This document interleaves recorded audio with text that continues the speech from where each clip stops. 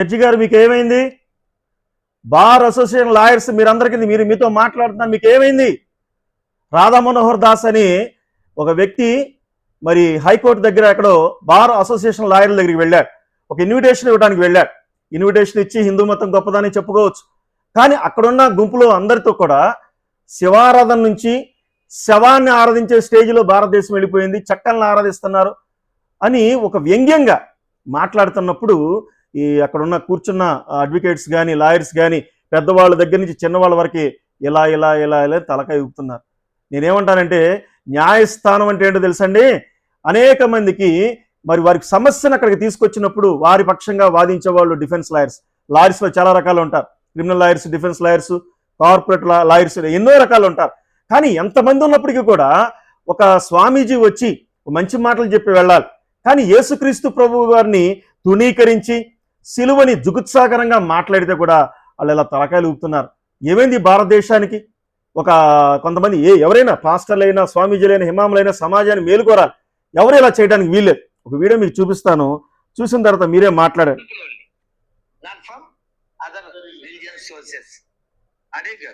ఒక్క పైసా లాభం లేదు, దమ్మిడి లాభం లేదు, పెట్టుబడి పెట్టక్కర్లేదు. రాజ్యాంగ విరుద్ధం, నీలాంటి గట్టిగా అడగట్లేదు కాబట్టి. ఇప్పుడు ఉదాహరణకి ముల్లాలకి పాస్టర్లకి పైసలు ఎందుకు ఇవ్వాలి? సమాజానికి విద్రోహం, ఒక్క లాభం లేదు. నేను పాస్టర్లందరికీ నేను ఈ సమయంలో చెప్తున్నాను, గవర్నమెంట్ దగ్గర డబ్బులు తీసుకోవద్దు. ఒక 2 రాష్ట్రాల్లో లేకపోతే ఒక 80,000 మంది పాస్టర్లు ఉంటే 5,000 మంది పాస్టర్లకు డబ్బులు ఇచ్చి మేము మొత్తం ఇచ్చామని చెప్తున్నారు గవర్నమెంట్స్. అది ఏ గవర్నమెంట్ అయినా, ఏ పాస్టర్లు అయినా దయచేసి ప్రభుత్వాల దగ్గర డబ్బులు తీసుకోవద్దు. ఎందుకు చెప్తున్నామంటే వీళ్ళందరూ కూడా దుమ్మెత్తి పోస్తున్నారండి. రెండోది, ముల్లాలు కూడా డబ్బులు తీసుకోవద్దని నేను ఈ సమయంలో కోరుకుంటున్నాను. ఎందుకంటే ఇలాంటి మాటలు మరి మాట్లాడుతున్నారు. సరే, ఈయన మాట్లాడే విషయాలు చూడండి ఎంత ఘోరంగా ఉంటాయో. పైపెచ్చు దేశద్రోహుల తయారవుద్ది. ఎందుకు ఇవ్వాలి? మీరు అడగలేదు కాబట్టి ఇవ్వాలి. ప్రజలు ట్యాక్సులు పైసలు అవి ఎందుకు ఇవ్వాలి? ప్రజలు ట్యాక్సులు డబ్బులు అవి. ఇంకా మాట్లాడితే హిందువులు ట్యాక్సులు డబ్బులు. నేను తిరుపతి ఎవడ ఇస్తాడా? మీరు సింహాచలం వెళ్తే ఎవడ ఇస్తాడా? మీరు భద్రాచలం వెళ్తే ఎవడ ఇస్తాడా? మా పైసలతో మనం పోతున్నాం, వారి పైసలు వాడిపోవాలి. వారి యాత్రకి మా పాత్రలో ఏంటి అడిగేవాళ్ళు లేకనా? సో నా రిక్వెస్ట్, మీరు అడగండి. రెండో పాయింట్ నేను చెప్పాలనుకుంది, ఎక్కడ నా గుడి డెవలప్ అయిందా ఆ చుట్టుపక్కల ల్యాండ్ కి వాల్యూ పెరుగుద్ది. కానీ అక్కడే ఓ మసీదు చర్చ్ వస్తే ఉన్న ల్యాండ్ ఖాళీ అయింది. చెక్ చేయండి. ప్రపంచానికి శాంతి ఎవరి వల్ల వస్తుంది, ప్రపంచానికి లాభం ఎవరి వల్ల వస్తుంది, ఒకసారి చెక్ చేయండి. అందుకని అబద్ధాలు ఆడద్దు, అదొక్కటే నాది. ఇక్కడ ఈయన ఏమంటారంటే ప్రపంచానికి శాంతి ఎవరి వల్ల వస్తుంది, ప్రపంచానికి లేకపోతే సమాధానం ఎవరి వల్ల వస్తుందని చెప్పి మాట్లాడుతున్నారు. ఒక చర్చి పెడితే అక్కడ ల్యాండ్ వాల్యూస్ తగ్గిపోతాయంట, టెంపుల్స్ వస్తే ల్యాండ్ వాల్యూస్ పెరిగిపోతాయంట. ఏం మాట్లాడుతున్నారు అర్థం కాని పరిస్థితులు. అక్కడ ఇంకా చాలా మాట్లాడారు, ఈ వీడియోలో మీరు చెప్పడానికి టైం కాదు. కానీ నేను మీ అందరికీ తెలియజేసేది ఏంటంటే సమాజాన్ని ఉద్ధరించాల్సిన గురువులు ఇలా మాట్లాడుతున్నారు. అయితే ఈయన గురించి మీ అందరికీ తెలుసు, చాలా జుగుత్సాకరంగా మాట్లాడతారు. మరి చాలా మంది పాస్టర్లు కూడా మాట్లాడతారు, వాళ్ళందరినీ ఖండించారు. ఇప్పుడు ప్రశ్నారావుని అరెస్ట్ చేశారు పవన్ కళ్యాణ్ గారు. ఆయన అరెస్ట్ చేయటం అనేది అది మంచిదే అయితే ఉండొచ్చు, అందుకే తప్పు మాట్లాడారు. మరి ఈయన ఎప్పుడు అరెస్ట్ చేస్తారు? ఈయన అరెస్ట్ చేయరు. ఓటు బ్యాంకు పాలిటిక్స్ సమాజం ఫాలో అవుతుంది.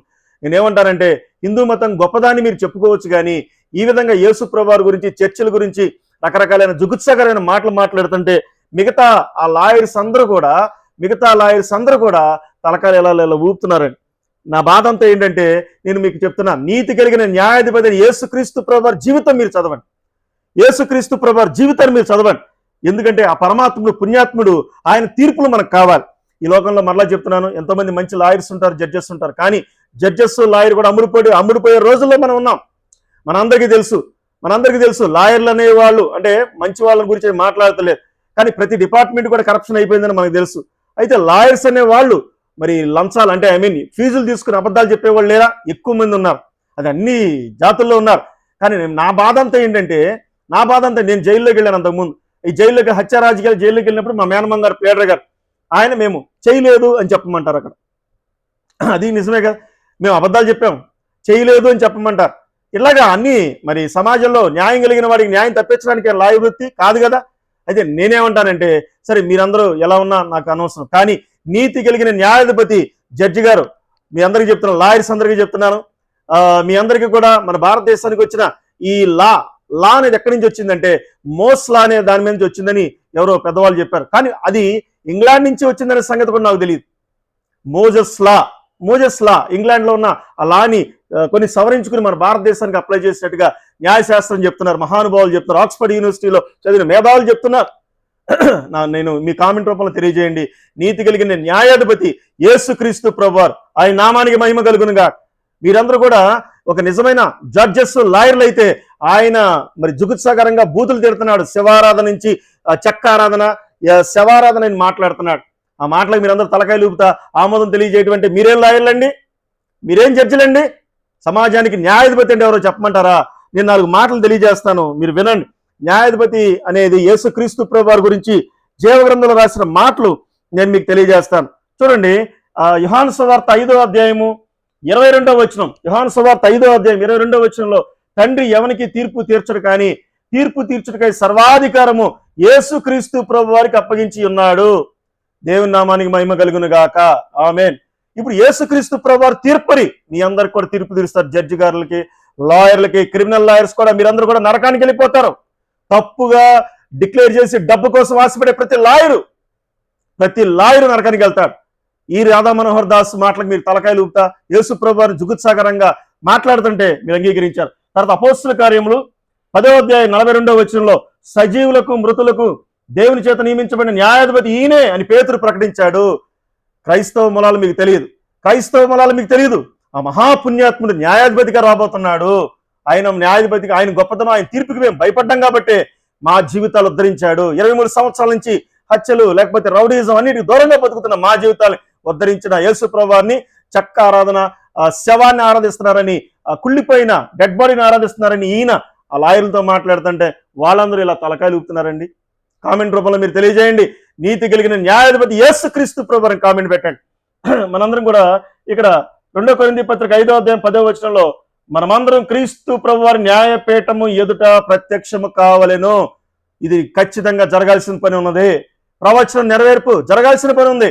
కాబట్టి 2 తిమోతి పత్రిక 4వ అధ్యాయం 1వ వచనంలో, సజీవులకు మృతులకు తీర్పు తీర్చబోయే క్రీస్తు యేసు ఎదుట మనం సమాజంలో తప్పు చేసిన వాళ్ళని లేకపోతే లంచాలు తీసుకున్న వాళ్ళని మరి ఏసీబీ అరెస్ట్ చేస్తారు. అరెస్ట్ చేసి ఎక్కడి నుంచో పెడతారు? సెంట్రల్ కోర్టుల నుంచో పెడతారు. కాబట్టి ఎవరైనా సరే ఈ భూమి మీద తప్పు చేసిన ప్రతి వాణిని కూడా క్రీస్తు ప్రభువారు న్యాయపీఠం ఎదుట వారు నుంచోవాల్సిందే. కాబట్టి అపోస్తుల కార్యములు 17వ అధ్యాయం 31వ వచనంలో, దేవుడు ఒక దినము నియమించాడు, తాను నియమించిన మనుష్యుడు అంటే యేసుక్రీస్తు ప్రభువారి ద్వారా లోకమునకు నీతిని బట్టి తీర్పు తీర్చబోతున్నాడు. దేవుని నామానికి మహిమ కలుగునుగా. తీర్పు తీర్చబోతున్నాడు. నేను అన్ని జిల్లాల్లో స్పీకర్గా వెళ్తాను. ప్రభుకులు, నా పేరు కృష్ణమనాయుడు కిరణ్ పాల్. మీ అందరికీ నేను తెలుసు. మత్తయి సువార్త 25వ అధ్యాయం 31వ వచనం 32వ వచనం, యేసు ప్రభువు తన మహిమతో తిరిగి వచ్చినప్పుడు సింహాసనాసీనుడై సమస్త జనులను, గొర్రెలను, మేకలను వేరుపరుస్తాడు. మీరు గొర్రెల గుంపులో ఉండారా, మేకల గుంపులో ఉండారా? లాయర్లు గారు ఈ రాధా మనోహర్ దాస్ విషయంలో మీరు తలకాయలు ఊపారు చూసారా? మీ గౌరవం అంతా పోయింది. మీరందరూ కూడా అక్కడ ఖండించాలి. ఏమండి, యేసు ప్రభువుని ఎందుకు తిడతారు? ఎందుకు ముస్లిం మహమ్మద్ ప్రవక్తలను తిడుతున్నాడు ఆయన? అక్కడ వాళ్ళందరూ కూడా అక్కడ ప్లేస్ ఎక్కడ? నువ్వు సెక్యులారిటీగా, లాయర్గా అందరూ కూడా చక్కగా మరి ఉన్నారు, వింటున్నారు. ముక్కలన్నా కౌంటర్ ఇచ్చారండి ఆయనకి. గుర్తుపెట్టుకోండి, మీ ఆటలు సాగవని నేను మీకు తెలియజేస్తున్నాను. యేసుక్రీస్తు ప్రభువు న్యాయ తీర్పు విషయంలో ఇంకొక మాట చెప్పి నేను ముగిస్తాను. యెషయా గ్రంథము 11వ అధ్యాయం 3-4 వచనాల్లో నీతియుక్తమైన తీర్పులోని మనం అందరూ ప్రవేశించబోతున్నాం. ఏంటంటే యేసు ప్రభువు శారీరక రూపాన్ని బట్టి కాక హృదయ రహస్యాలను బట్టి, నీతిని బట్టి తీర్పు తీరుస్తాడు. మీరు వాదించే డిఫెన్స్ న్యాయంగా ఉందా? రోజుకి ఎన్ని అబద్ధాలు ఆడుతున్నారు. గొప్ప లాయర్లు, మహానుభావులు ఉన్నారు, వారి గురించి మాట్లాడతారు. గొప్ప జడ్జిలు ఉంటారు, వారి గురించి మాట్లాడు. ఎవరైతే కరప్షన్తో అడ్డగోలుగా సంపాదించి కోట్లు సంపాదించి నీది కాని సొమ్ము మీద ఆశపడిన లాయర్లందరికీ నేను మత్తయి సువార్త 3:7 ప్రకారంగా హెచ్చరిక, యేసుక్రీస్తు ప్రభువు హెచ్చరిస్తున్నాడు మిమ్మల్ని.